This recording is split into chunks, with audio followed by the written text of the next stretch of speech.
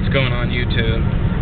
On this show today, I want to talk about something specific.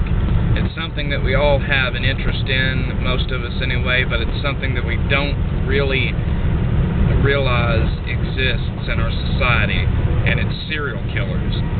Now, what do you think about when you think about a serial killer?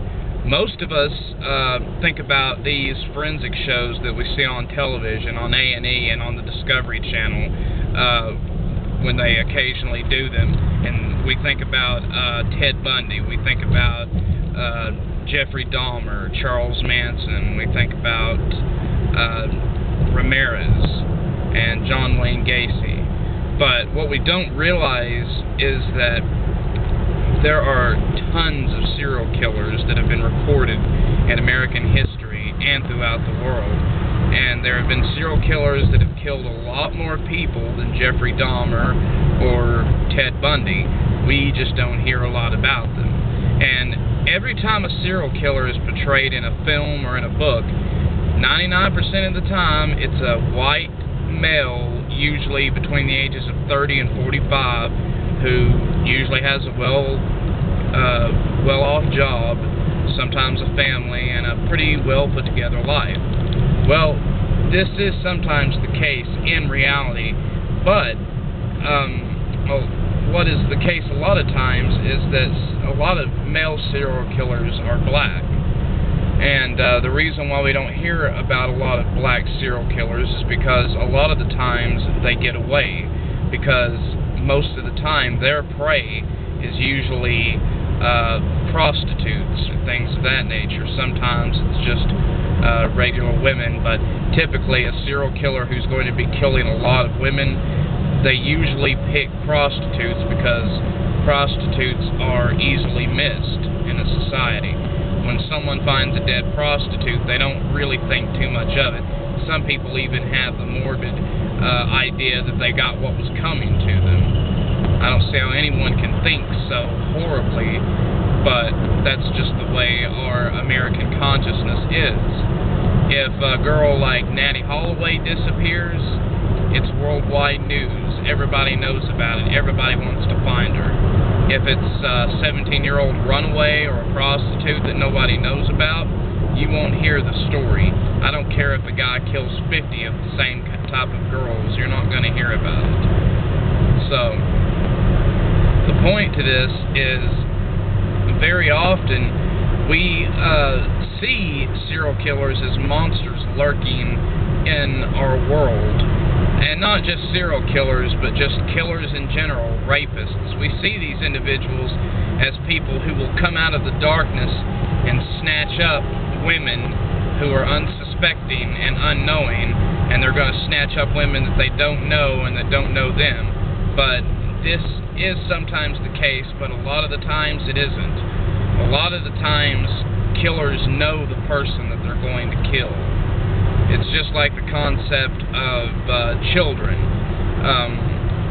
We all think that children get kidnapped and murdered by outsiders, but a lot of the times the killers of the children are their parents themselves. And the same is true with serial killers. A lot of the time, a serial killer will only strike on people that they know. They may not know them very well, but they do know of them. And the reason for this is because the person who knows them has a certain level of trust. You know, they wouldn't think anything of it if that person walked up behind them while they were getting in their car at 11 o'clock at night. They just wouldn't think much of it. And that's exactly the type of vulnerability that killers prey on. See, I'm a writer by trade, but I'm a criminologist by degree. I studied criminal justice in college, and that's what I am first and foremost as a criminologist. I've been studying the mind of serial killers for many, many years now, and I think the biggest mistake that everyone makes when analyzing a serial killer is they try to analyze it from a very far-off point of view. They try to convince themselves that the mind of a serial killer is entirely alien to a normal mind. And this is not the case. Many serial killers have no direct cause for why they do what they do. It simply is enjoyable to them, and they have no sense of guilt, no sense of remorse. Not for that, anyway. They have guilt for other things, and their lives are otherwise very normal, but they're able to compartmentalize this very small element of themselves. And when they go and they kidnap their victim and take them into the woods and torture and kill them, the woods are like their domain. That is their world. And a lot of the time, serial killers are individuals who have been put down by others in life. They may have a job where they are at the bottom of the totem pole. They may have a wife who's very demanding and very rolling over them, and they feel inferior. But when they go and they kidnap their victim and take them out into the woods, they feel like a god. All those feelings of lowness and those feelings of insignificance are now replaced by feelings of godlike powers. And that's usually the case for why a serial killer does what they do. Not necessarily for sexual gratification, but simply for the sense of power that they achieve in ruling their victim completely and totally. This was certainly the case with Jeffrey Dahmer. Could have been the case with Ted Bundy. Ted Bundy was merely just oversexed and felt morbid sexual desires for women. He got off on being violent to women, and that was basically his case.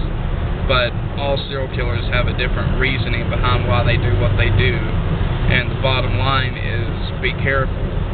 And don't think that a serial killer is going to be someone that you're going to notice right off the bat, because you're not going to.